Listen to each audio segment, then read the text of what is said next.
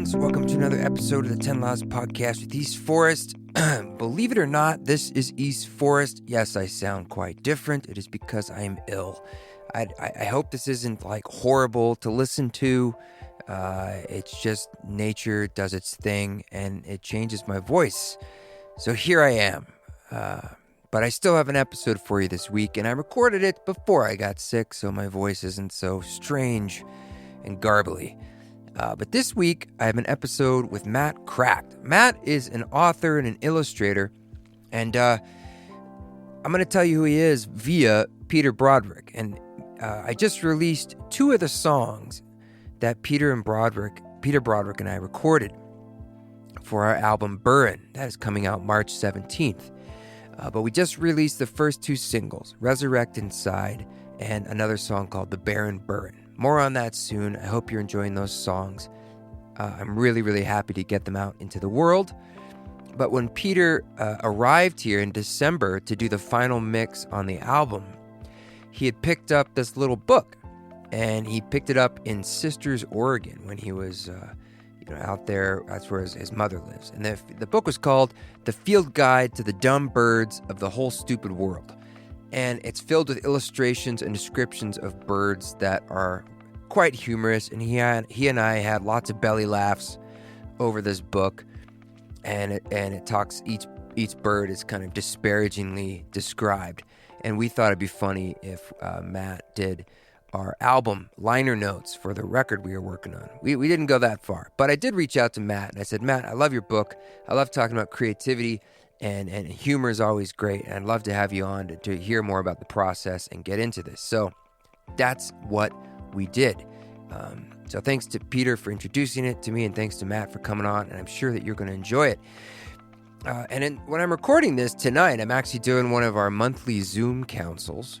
And I just want to say thanks to our council. Our council is on Patreon. I want to say thank you to Carl, Janet, and Catherine, who signed up recently to be council members on Patreon. That's patreon.com/EastForest. It's a great way to support the project, support this podcast, and all things like that. And I want to thank all our council members who have been supporters for a long time. It means a lot. I should probably stop talking. But I'll just let you know I'm going to be at South by Southwest soon with Rada. We're going out there to do a panel with Numinous. I believe that is on March 10th, which is a Friday. Let me see, is that correct? Yes, March 10th. So it's the weekend before. It's like the tech weekend and stuff. Looking forward to that. Come check us out and say hello if you're going to be over in Austin for South by. And then after that, we're going to be at the Treefort Fest. And I'll be playing on Sunday, both with Rada to accompany her yoga class earlier in the day, and then I'll be doing a music set, ceremony style, in the brand new Treefort Music Hall, which is a venue that they're rapidly trying to finish right now so that they can use it for Treefort and many other things after that. So I'm very excited to play in that new space, and check it out. All those dates are at eastforest.org, along with other things that we are announcing in addition to this new record that we're rolling out with Peter Broderick on Bright Antenna Records. So very excited about all that.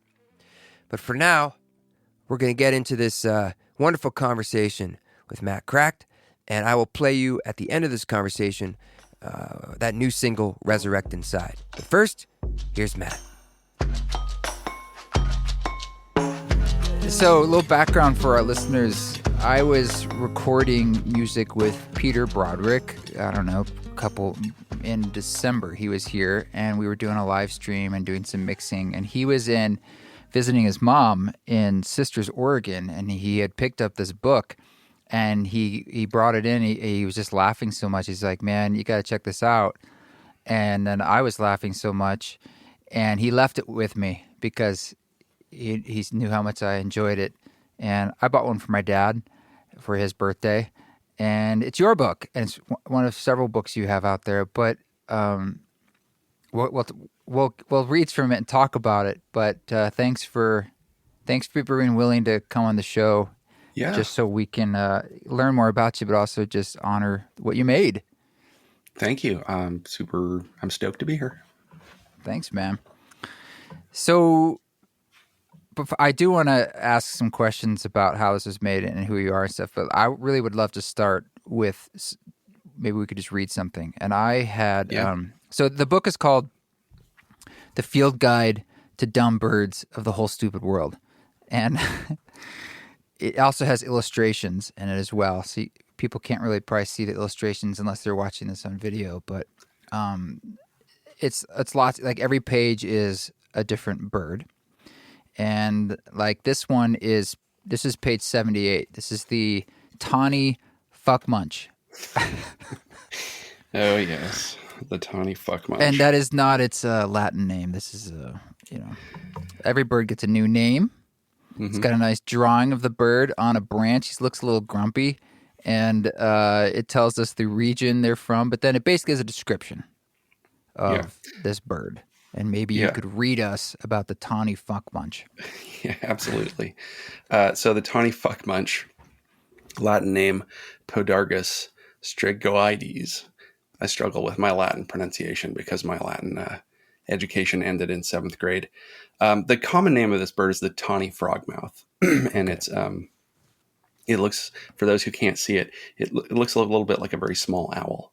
And they're from, we'll get into that. So it may look like an owl, but trust me, this big turd is not a real bird of prey. While carnivorous, it's technically a frogmouth and related to the nightjars. Its talons and legs are weak as shit, so it only catches its prey, mostly insects and slugs, and maybe the occasional frog or slow-moving mouse, with its beak. They are found across most of Australia in multiple habitats, including the suburbs, which they like to disturb with their deep, continuous nighttime grunting. Fun fact, tawny frogmouth are nocturnal hunters, but sometimes during the day they will just sit with their mouths hanging open and hope that a bug will fly into it, because they are that fucking lazy. All right. There's a little picture of it with its mouth open saying, waiting for a bug to fly in. Yeah. Yeah. I'm going to read one. Please, yeah. Just here. This is page 62. The yellow butt gargler. The common name is the yellow rump warbler, but this is the yellow butt gargler. Visit any mid-elevation coniferous forest or suburban backyard in North America, and you'll probably see this little brown and yellow son of a bitch perched somewhere at some point. Technically, it's 4 different sons of bitches. In the early 1970s, the American Ornithologists Union decided to lump the myrtle black-fronted Goldman's and Audubon warblers into one species because they are all basically the same stupid bird. Predictably, these bird scientists are now arguing that it should be re-separated into 4 species, a single species, or 4. One thing is certain. Who cares? Yeah. So now we can go backwards a bit. Why did you, how in the world did you decide to write a book making fun of birds and calling them all sorts of names and drawing pictures of them at the same time? Do you want the shorter version or the long version? Slightly condensed. So I know you told me to interrupt you as needed. Yeah. Okay. so yes, perfect. Okay. So, well, the story of how it became a book is connected to the story of my youth a little bit. So let me jump back. We're going to jump back to 4th grade, public school, Tacoma, Washington. And I had this amazing 4th grade teacher. She was fantastic. And we had just enough students. There were 2 4th grade classes in my school. And the other 4th grade teacher and my 4th grade teacher were both kind of bird nerds. They were sort of amateur ornithologists and they were bird watchers, and they were competitive with each other about it. And so both classes got taken on these bird watching field trips. So we'd go to nature preserves, or we once rafted down the Skagit River and did eagle watching, and it was all very cool as a kid. And I got super fascinated. Like, this was my introduction to natural sciences, essentially.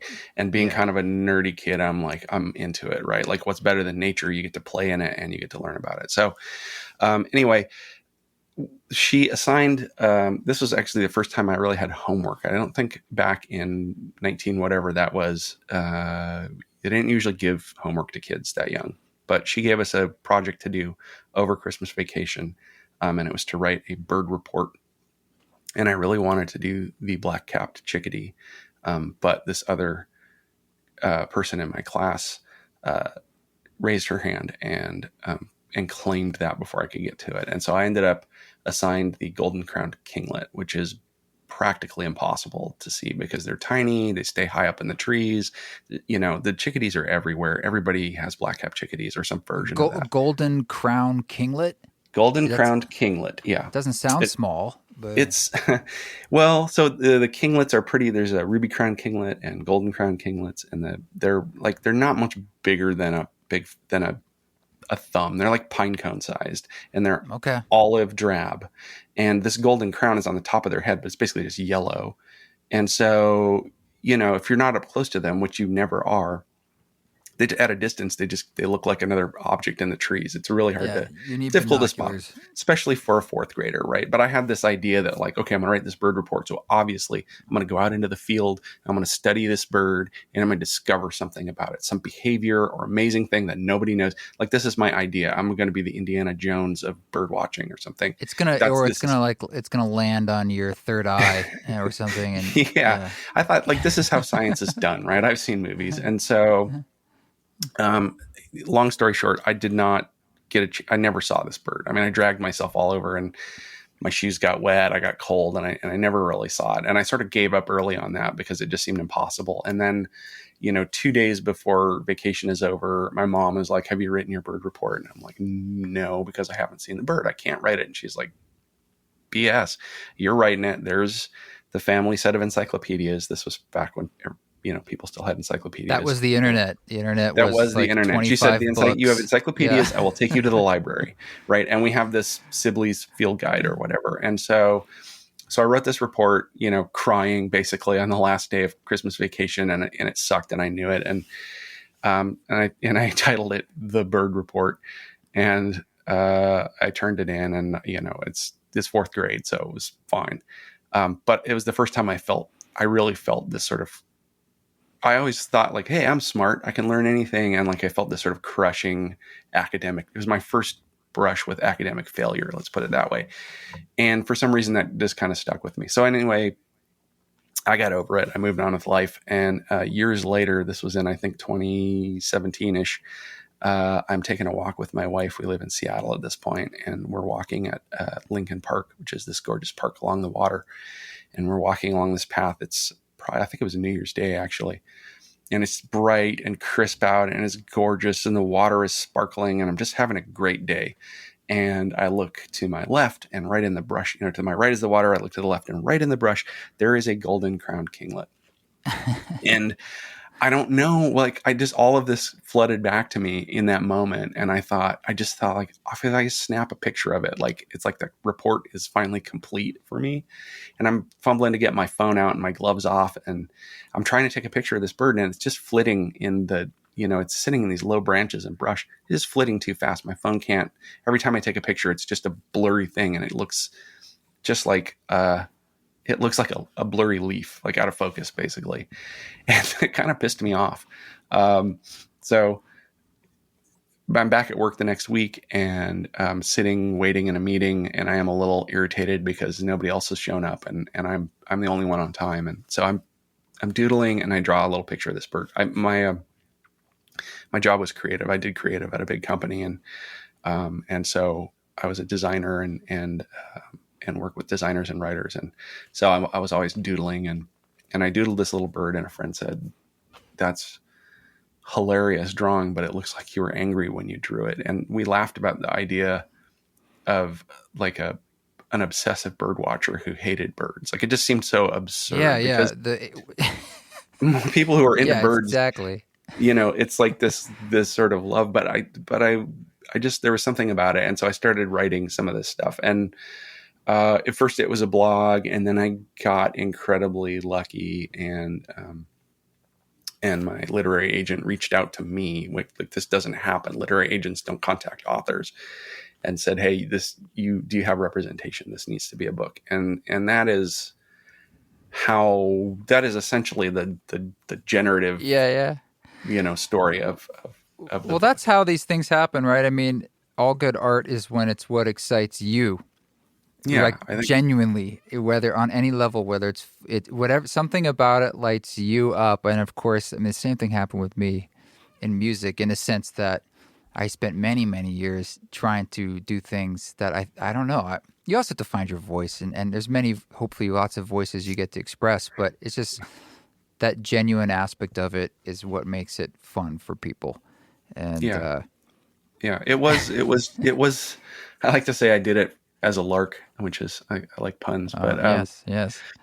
but it was really it just when I started the blog initially, it was so my friend and I had laughed about this, and I should say colleague, but he's actually my friend. Um, and we laughed about this. We have a similar sense of humor, and I thought it would be funny to write a little description of this bird and how much I hated it. And I did a couple of them, and I put them up on a blog, and I did it anonymously just so I could send him a link and say, "It's the guy. Look, it's the guy we laughed about." And that turned into something. So yeah, I did it to entertain myself and one close friend. It was just for us, and for some reason it resonated with people. I never expected it to. I didn't set out to, I didn't like, I have a great idea for a book and I'm going to write it and get it Yeah, published. yeah, yeah. That's how the good things are made. Yeah, it I was a mean, series of serendipitous events that I said yes to because for whatever reason, there was something about this thing that just delighted me. And I thought, why the hell not? Like, yeah, sure. I would like to have an agent. I mean, I wasn't sitting there trying to become an author, but I thought it would be fun to tell people that I had one. yeah. It's like at a cocktail party or whatever. You're like, oh, I just got to go for my agent, and then your friends laugh at you or whatever. But humor is a big part of my life. If you haven't figured that out from the book. It reminds me too, like, of I used to be a photographer in my 20s when I was living in New York, and I forgot that, like, I would always collect images of people blinking in really horrible ways, just in a little folder on my desktop because I thought they were Yeah, hilarious. Of just like they when people look like terrible, but in a weird terrible. And I forgot all about this. I started like putting them in Photoshop to make them all retouched and like cool photos, and then put a caption. And there was always the question like, "Why did you blink?" And I tried to come up with like smarky, ridiculous reasons yeah. why the person blinked. And I was gonna put it together, but I was like, I don't think anyone would give me their permission to put these horrible photos. But I think I still have them somewhere, and I want to dig them up. If you still have their contact info, you should do it. I think that would be a great book. Well, now I got to dig it up. I mean, man, some of this shit was on film, but One of the things that I had an idea that I haven't done yet. I'm still processing whether I want to attack it or not. It's called. It would be. It's meant to be a wall calendar, just called Sad Chefs. And I just wanted to collect. If you look at like royalty or licensable art and you search for chef, there's all these pictures of these stressed out looking chefs like crouching on an outside of their restaurant smoking a cigarette or something, and I just thought like, but they all look like so miserable in these photos, and I just thought it'd be hilarious to do 12 months of sad chef photos. Sad chef. I mean, there's lots. Yeah, I could see so many different ways you could keep going with these themes, but it's very true that it has to be, as long as it's something like fun for you. I had friends who did a series, this is a long time ago, before YouTube, and they would film people crying while eating, and the whole site was called Crying While Eating. I think I saw that site, yeah.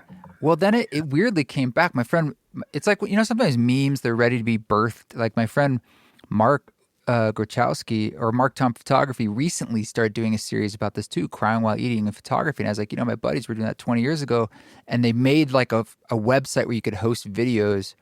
And he even eventually I remember he was on the Tonight Show, because it was like, became like a meme pre YouTube, and people would just film themselves crying and eating whatever. And I think it's funny to see someone crying and they take like a pause to get a little more cake in their mouth, or like to eat some cereal, or, and then they go back to crying. It's ridiculous. But I don't, what I think is interesting about stuff like that is sometimes it's like, it is ridiculous, but why is it so compelling? And sometimes it's just compelling to me. Like you need a check from your friends. Like, is this funny or is it just me? But I think, crying while eating, it's like food is such a big part of comfort, and it's like acknowledging. It's kind of like why I don't know. I think it's acknowledging, it's taking pain, right? And being with that pain, even if it's someone else's. Like it's so, Mm-hmm. we're so used to avoiding pain, emotional pain, physical pain, all of that stuff. And it probably makes sense, right? In a lot of ways, but we're just really uncomfortable even with seeing other people's pain. And that's why sometimes some of the biggest laughs in movies or something where you feel bad laughing is like when something Yeah, those are happens the to best. somebody. And yeah. And I do have wondered if like there's this through line sort of in stuff like crying, sad chefs crying while eating, maybe even a guy who's angry at birds, is that it's this recognition of a certain type of pain that none of us feel, that we're able to acknowledge in some way. And then by acknowledging it and really embracing the humorous aspect of it, that it's almost sort of, I don't know if it's cathartic for people to laugh at it or if it just is a guilty pleasure or what, but like, I don't care.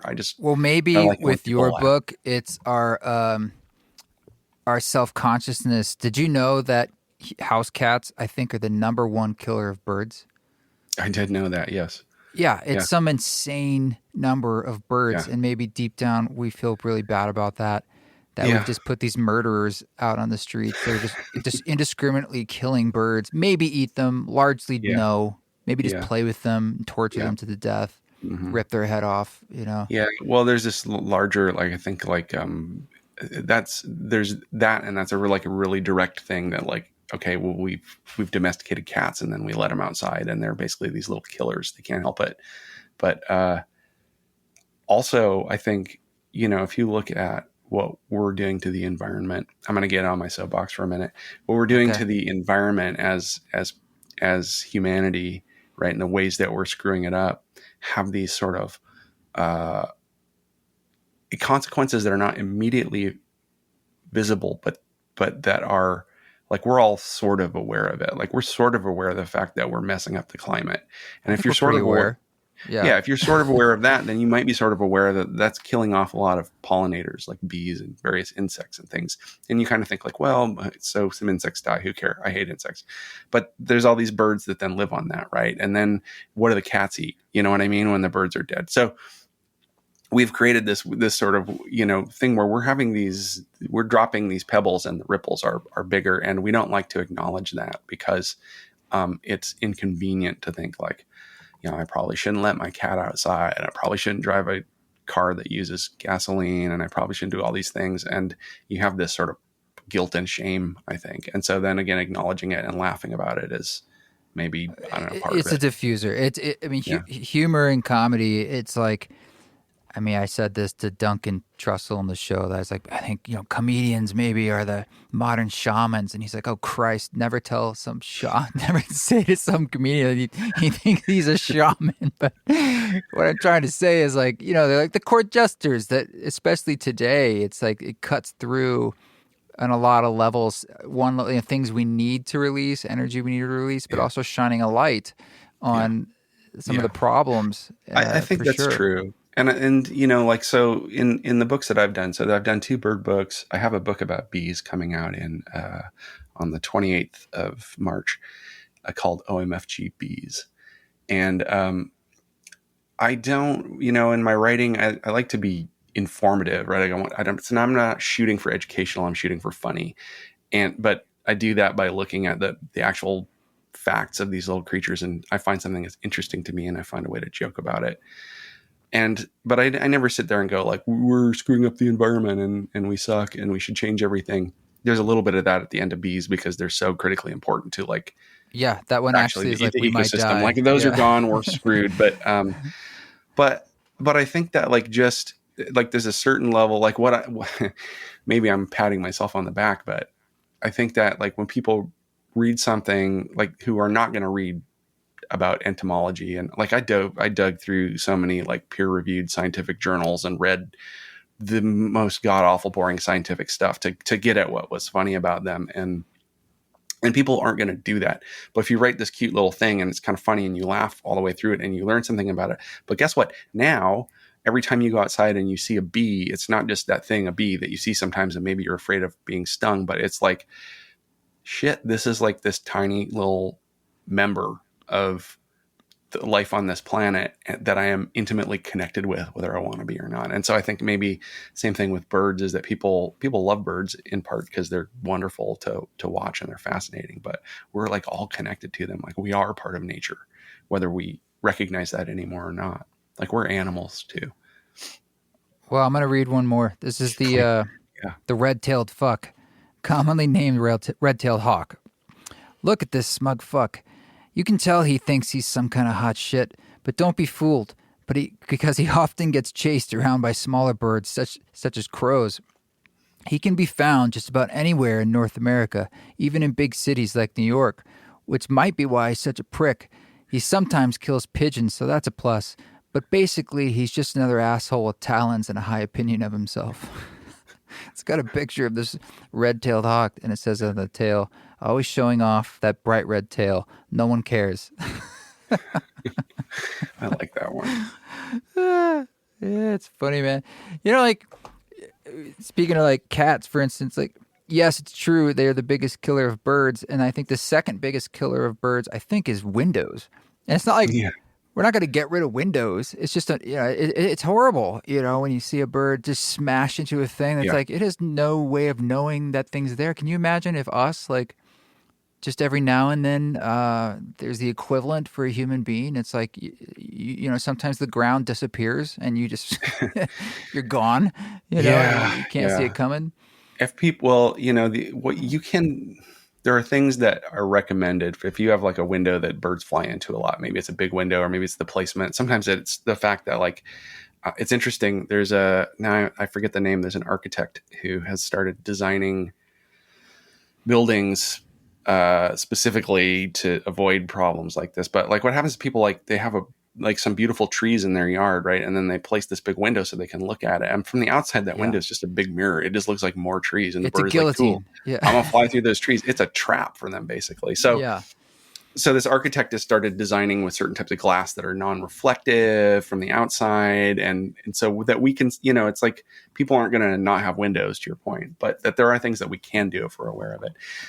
But you can put bells on cats, right? You can put bells on cats. The common thing they say is like, put tape streamers and doodads and stuff to your windows, put stickers. And it's like, yeah, you can do that. And that will help the birds. And most people aren't going to do that because they're like, my house, the outside of my house looks like shit now, right? I just have shit taped to my windows and like fluttering. Don't do that. People don't do that. Some people do. Some people who are like, they're more motivated to avoid birds flying into their window than to, I guess they're not house proud. Let's put it that way. But for a lot of people, it's, we have these sort of societal norms that we stick to. I talk in my, go ahead. I was going to say, I talk in my book about bees that's coming out on March 28th, which you can pre-order now. Okay. We'll put it in the show notes. Yeah. That, like to a bee who is a pollinator, like a perfectly manicured lawn is basically like just a field of death for them. There's nothing for them they need pollen and they need nectar, right? This is what they live on. And they go out and they expend a certain amount of energy flying out to hopefully get enough food energy when they take back that they're not essentially wasting energy, right? Because they have only enough to get out and back. So if yesterday there was a big pile of clover on your lawn and then today you mowed it down or you killed it off with weed killer or something and they fly back to this spot and there's no food, they've wasted all this energy. So I talk in the book about how like, you could stop mowing your lawn for one thing, or you can wait until the weeds have flowered, in which giving the bees a chance to do this. But like most people we have this unending war to take this natural thing, grass. We plant grass and then we weed and feed it to try to keep it green in the summertime, and we pour water on it, which is crazy because grass wants to be brown and it wants to be long. But we're like, no, it's got to look like a carpet. It needs to look like, grass a lawn. Is weird. Yeah, it's strange. Yeah, but it's very, like these are things that like we're super used to. Like people, you could tell everybody like, hey, just don't have a lawn. In fact, I'm on a mission to get rid of my lawn and replace it with something that's, like a rain garden. Makes a lot of sense out here, and letting some some things for pollinators grow. But it's sometimes hard to talk your spouse into things like this. Actually, she's on board with it, but for a lot of It's people, harder right? than If you just said think like, in the Northwest. Getting rid of grass is not always as easy as you'd think. yeah, It is a way of coming back. yeah. Well, it's not about getting rid of grass so much as like you can just let the grass grow. The grass will grow and clover will grow in it. Weeds will grow in it. Dandelions will grow in it. And bees and birds and other pollinators will be super happy about that. The birds will love it because there'll be more bugs. But what we do is we mow it down and keep it real short. And we try to eliminate the weeds. And I think, that's the thing. It's like, it doesn't accomplish anything except for making us feel like we fit into our neighborhood, I guess. Like, you don't want to be the one house with the crappy yard. Yeah, I think in Portland there was actually a law that if it got over a certain height, technically you could be cited or something. Like, Yeah. back when I That's a was living weird one there. coming from Portland because it's such a. I know that's what I'm saying. It's like you'd be surprised, but But I bet you you that's know, left over from, that's like a law that got on the books in they 1962. have laws on the books about like blowjobs being illegal because it's sodomy from like Yeah. 1848. So I mean, Yeah. and let me tell you, like I don't think that stopped them in 1848. Um, when Peter was here, we were joking too. It was like, what if we had you, we hired you to write our liner notes for the album, and we were sitting there joking about, because usually, it's always like, Peter Broderick has played with, the Boston Symphony, and just be like, these two assholes, I thought they could write some new age crap, and here they are with another rendition of their. Well, I mean, their I'd be happy to yearnings. do it for you if you've got a thick enough skin. Actually, one of the reasons I enjoyed writing about birds is that they can't read, and so nobody's feelings get hurt. So I try pretty hard not to make fun of people, especially not groups of people. That seems shitty to me, and I think you can be humorous without doing it. Although I will take a type of person, like I do poke fun at bird scientists who take themselves too seriously. And so I'm not talking about anybody in particular, but I think that's one of the other things that weirdly ornithologists and like natural biologists have really taken to this book. And perhaps because they recognize in some Yeah. colleague, when I talk about some pursed-lipped academic who's pissed off because somebody changed the taxonomy of a bird, like, how do you not laugh at that? That's like, somebody in your field, or you can imagine somebody like that, and you're like, yeah, that's stupid. Birds are just fun to watch. So That's when like the map becomes the territory, right? Like in any field where you just get, it's like, come on, it's like pull your beak out of your ass a little bit, get your head above water, just to remind ourselves that it's like, we don't get too into the details.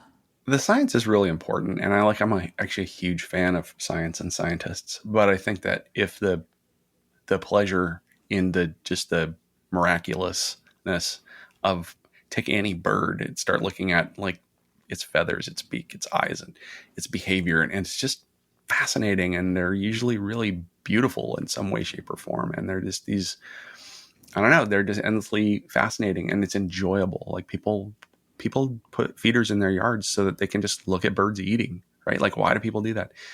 So yeah, I think when people get really into the science or even the sort of politics of academia or environmentalism or things like that, like what is most important maybe to most people, that sort of rudimentary connection to nature and feeling like connected to it is the enjoyable thing. The science is important because we don't want to lose that connection, but you have to, I think, humans probably like watching birds because it makes them feel connected to nature. That would be my guess.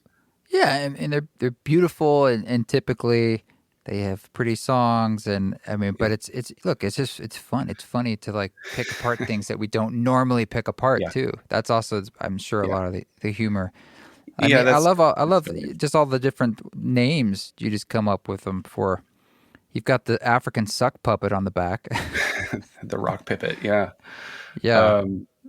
Yeah. I mean, that's often how I start, is like, I see a bird that looks like it would be fun to draw, and it has a name. And now it's sort of like, I can't help it. Like for a while I had to like focus on it, but now when I see the common name of a bird, my brain instantly starts trying to rhyme it with like foul words and Yeah. You got the California smug jerk, the goddamn magpies, Yeah. yellow butt gargler. Yeah. some of them, I hope I usually try to make it so that like if you're familiar with this bird, like you're going to recognize what it is by the sort of schoolyard name that I give it. Somebody who actually complained about my book in an Amazon review was like, he Good. just gives them like schoolyard insulting names, and and I was like, yeah, that's right, it is what I do, and it's funny. A lot of people think so. Yeah, they didn't get it. If you're not pissing off a few people, it's not very good art, right? That's that's Yes, good. I agree. I mean, like, and nothing is for everyone. If you've written something that is for everyone, then I guarantee you it's garbage. It wouldn't be published. Or maybe Well, it be might harder. be, and it could even might be be. really popular, but it's not going to be good art. You know what I'm saying? Like, because you're writing for, like, I don't write for everyone else. I write for me. I write the stuff. Like, if it's not funny, I don't write it, and it was not funny to me, I should say. Whether it's funny, that's up for everyone else to decide. But Warhol had a great quote about art. He said, while everyone else is trying to decide if it's good or bad, make more art, right? Like, so you make a piece, and then you put it out there and you forget about it because your job is making the art, and everyone else can argue whether it's art or crap or whatever. And I've been lucky because people have enjoyed what I've done. Yeah, you were telling me before that, like, you did have to take a leap of faith a little later in your life than maybe into the creative field, and that sort of key decision to follow your creative inklings and bliss was critical. So, Yeah. I mean, often I find that people are either pushed that way, like something happens where it's almost like the decision is made for you, or that it's sort of like that opportunity comes up again and again in different ways in your life until you finally say yes. Like the soul sets up the lesson until you learn idea. I mean, I think that's true. For me, you say like I jumped into it later in life, and that's true in one sense, but it's also not true at all. I just avoided it for a lot of my life because That's when well put. Yeah. when I was a kid, like all I wanted to do was draw pictures and write stories, right? Like I was always working on. I would have like a little notebook of wide ruled paper, and I would be writing a story about pirates or ghosts or something like that, and would draw pictures to go with it. And this is, what are you doing? I'm writing a book. I'm writing a book, right? Like, because what could be better? My parents would have to be like, you need to go outside now and climb a tree or something because you're going to atrophy physically if you just stay inside doing this. And fortunately, I enjoyed climbing trees a lot too. But but that's like what I wanted to do. And then I won't give you my whole life story, but I ended up I went to school and studied art. I went to college thinking that I would go into science, actually, right? Like I was pretty good at math, and I really liked science, and I thought chemistry or physics, this is like my jam.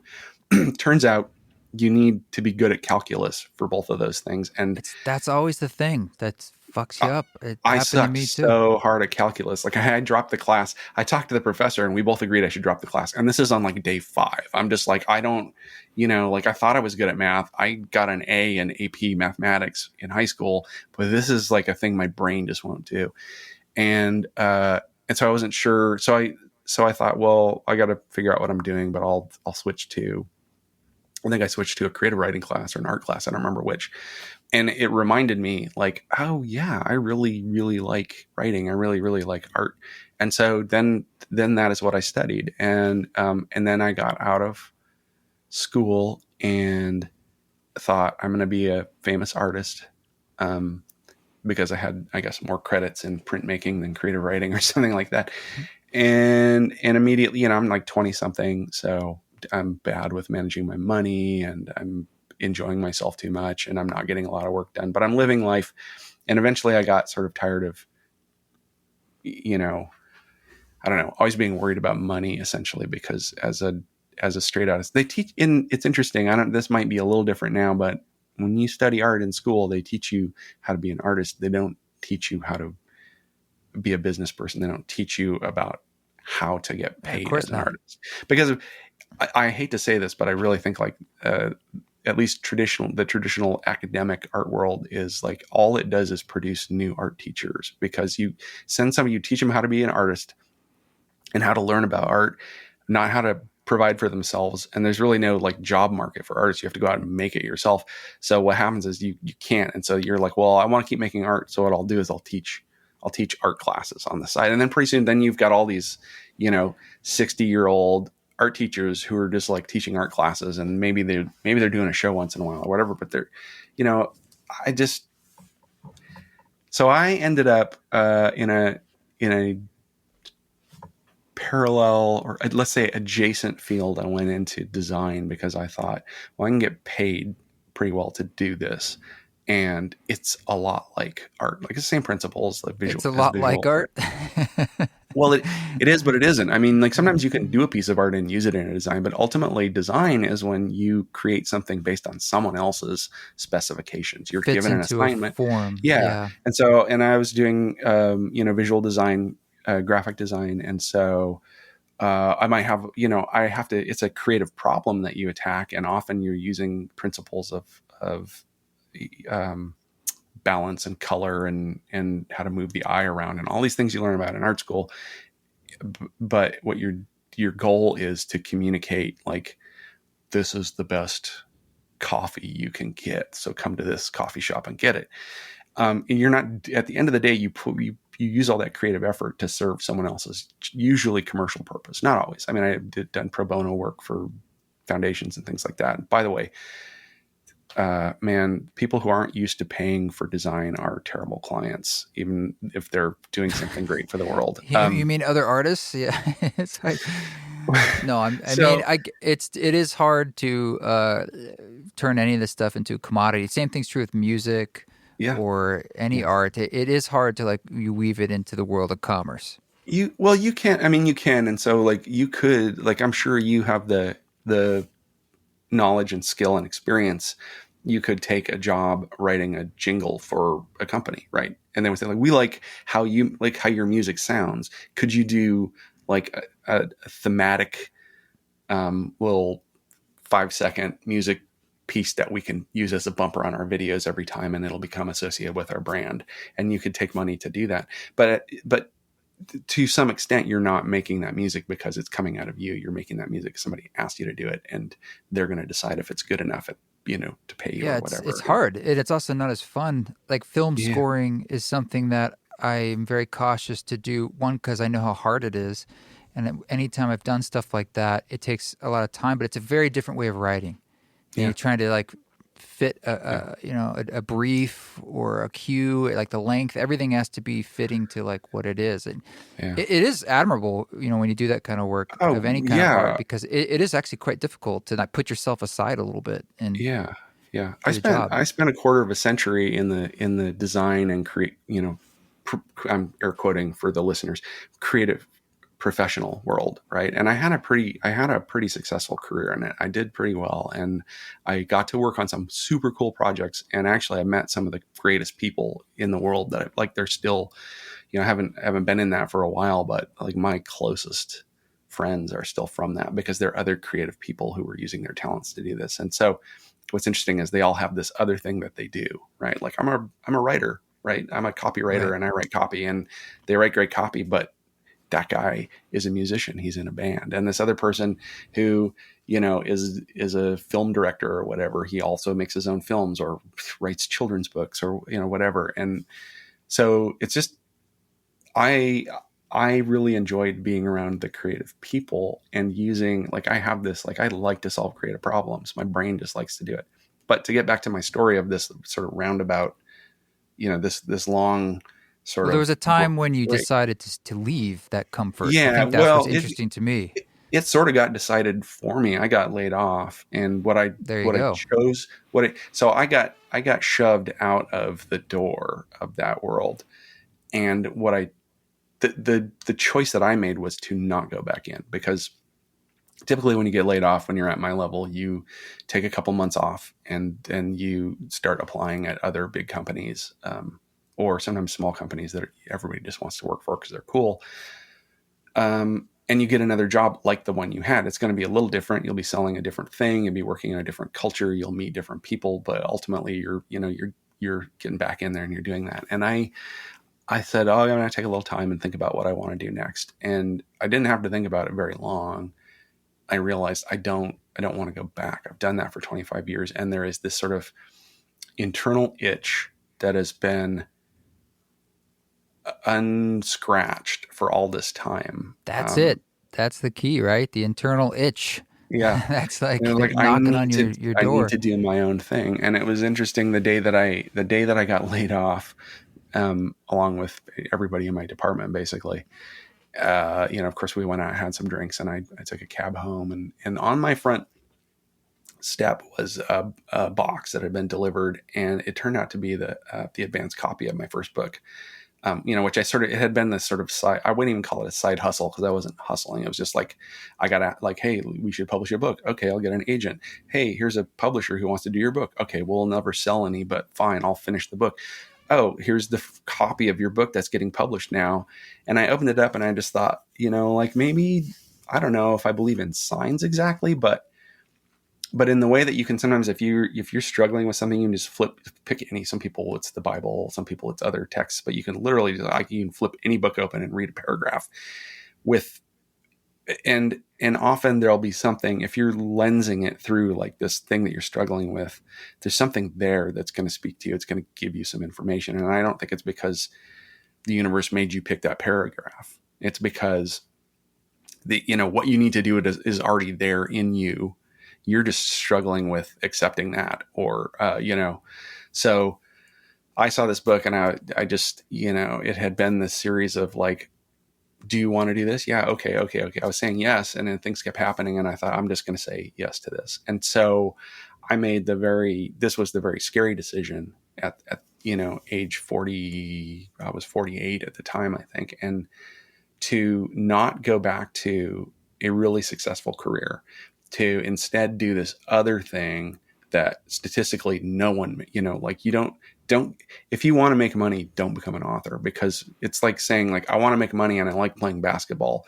You can't just go play for the NBA, right? Like there are a lot of great basketball players who never get the opportunity to do that because there's only so many spaces, so I've been incredibly lucky, and, maybe it's because, I don't know, it's just dumb luck. Nothing means anything. Or maybe it's because I was meant to. I try not to worry about that too much. Again, I think it goes back to because you're following something that's authentic for you, and that's really a critical piece here. And I think that's also inspiring for anyone who's got that itch themselves. And I think that is the North Star that needs to be kept in mind for everybody. I think, that's important. I've had people, there are better writers than me who I know who've been struggling to get a novel published for like a decade. And they're like, how did you do it? How'd you get your agent? And they hate the answer, which is like, they called me, man, it fell into my lap and I just said yes, but the thing that allowed that to happen was I made the work and I put it out there. And also I was totally not precious about it because I didn't see it as something I was putting out for other people to consume. It was just for me and a friend. And so the fear of failure was extremely low for me when I created this stuff, because that's a kind of freedom in itself. Right? It was you total loosen the freedom. grip. You loosen the grip. And then I was just important. authentically, I did this thing that I thought was funny, that actually I thought, God, if this ever becomes a book, birdwatchers everywhere are going to hate me. I'm going to have to like hide my face. The opposite has happened. A mob of birdwatchers. Come out. The opposite has happened. Far away. Yeah, it surprised me, but I think that I was just able to be authentic doing it. So when people are like, well, how, I have this thing, how should I do it? I think like, man, first of all, make sure you're doing it for you. If you're not, if you're like doing it because you think like this is a good way to get this X or Y, it's just going to be harder. It's not impossible, but it's going to be harder. But then accept the fact that like, if you're doing it for you, comes back to Andy Warhol quote, right? If you're doing it for you, that the world is going to decide whether you're doing good art or not. And that could just have to do with when you're doing it or who sees it or whatever.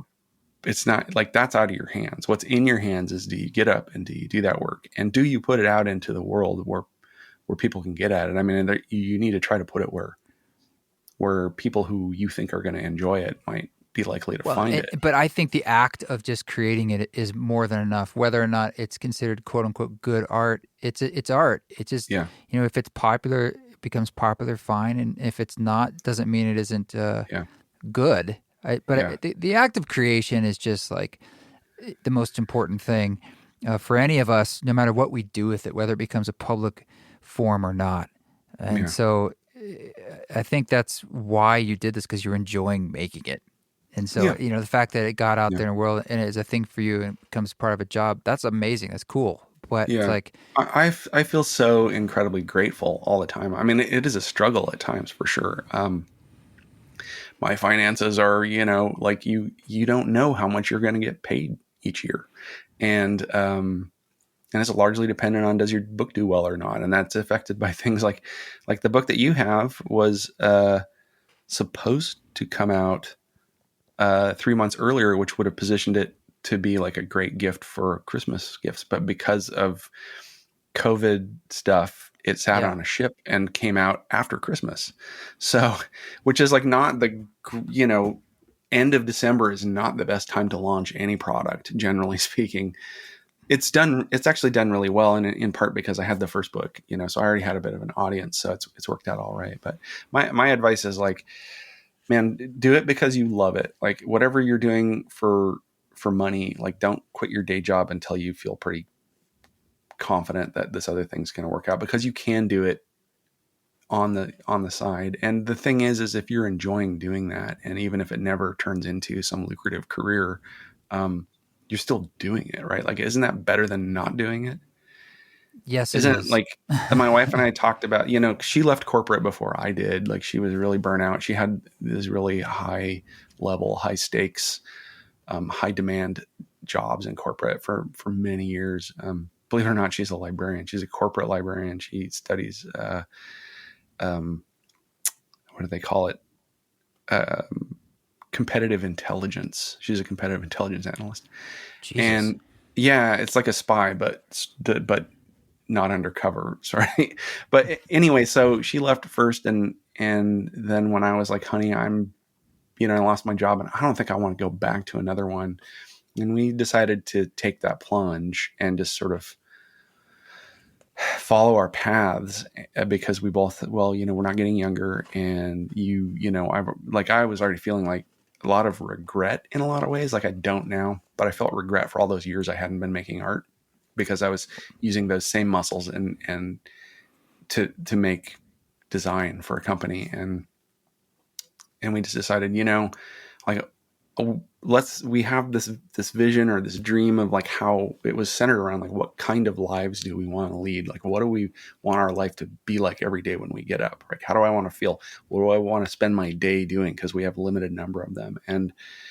And for me, that's like making art and writing and like, I would just like, especially when you're starting out, you're like, I don't know if anything will ever come of that. I could do that. I'm 52 years old. I could do that for 10 years and never make a great living at it.